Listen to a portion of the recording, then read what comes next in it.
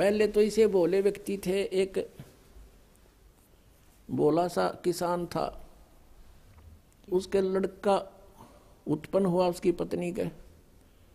उसकी माँ ने कहा बेटा जा अपने गुरुजी को ला बुला के होम करानी है, होम।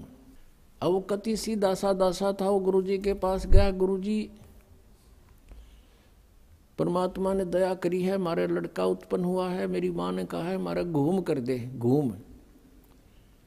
अब गुरुजी समझ गया भोला बाला, अच्छा भाई पर नो बता 100 रुपये की करवाओगे घूम, या 2.25 की, 5.25 की, 10.25 की, 11 की, बता। वो कहने लगा गुरुजी, वो कहने लगा किसान के गुरुजी हम तो गरीब से आदमी हैं, हमारा 100 रुपये की घूम कर दे। अच्छा भाई चल। वो सामने बैठा लिया यजमान, गुरुजी बैठ गए अपने आसन पे और हवन शुरू कर दिया। अब उसने कहा कि जैसे मैं बोलूं ऐसे ही बोलना, ऐसे ही क्रिया करना तू सारी। अच्छा जी। अब पंडित जी कहे भूर भवे, उसने ना बोलना है फुर फुर करे। अब भोले आदमी के ऊपर बोलनी है उसके साथ संस्कृत। तो पंडित जी ने बोला तेरा सीधा बोल, वो भी बोला सीधा बोल।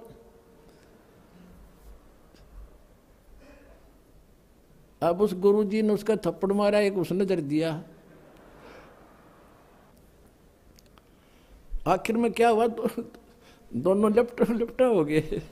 और किसान तगड़ा था, पंडित जी दाब लिया उसने नीचे। अब पंडित जी को इस समस्या भाई अब यू के ऊपर छोड़ है। फिर उसका ध्यान में आ गया कि तो जैसे तू कह रहा है ना ऐसे ही कर रहा है। उसने कहा छोड़ दे, बोला छोड़ दे।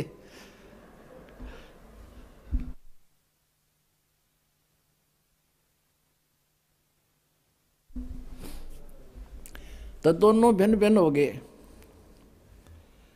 अब वो किसान ने सोचा कि इस ऊम में, इस घूम में यू सारा प्रोसीजर होता होगा।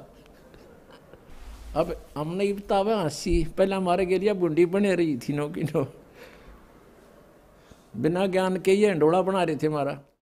जब उनके सांस से उतर लिए, जो किसान कहता बोला पंडित जी, बोला शुक्र है मेरा सौभाग्य था, मैंने 100 करवा ली, जब 5.25 की करवा लूँ तो दोनों मराऊँ आज। अब ये सारी सच्चाई है वैसे, क्योंकि अब तो हम समझदार हो गए, हमने पता लग गया कि मूर्खा टोल इकट्ठा हो रहा था, हमने मूर्ख बना रहे थे। तो परमेश्वर कबीर जी ने आके हमें ये तत्व ज्ञान पहले ही समझाने की चेष्टा की थी, लेकिन शिक्षा के अभाव से हम उन नकली गुरुओं को सतगुरु मानते रहे। उन ऋषियों को, महर्षियों को जो नकली थे, उनको हम सचमुच वेद ज्ञान दाता मानते रहे, जिस कारण से आज तक हम सफर कर रहे हैं, उसको आज तक हम भोग रहे हैं।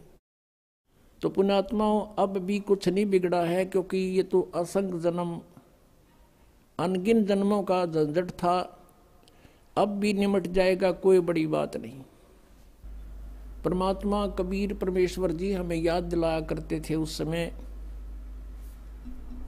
कि तुम जो साधनाएं करते हो ये शास्त्र विरुद्ध है, और श्री ब्रह्मा, श्री विष्णु, श्री शिव जी ये नाशवान है, इनकी जन्म और मृत्यु होती है, ये अविनाशी नहीं है।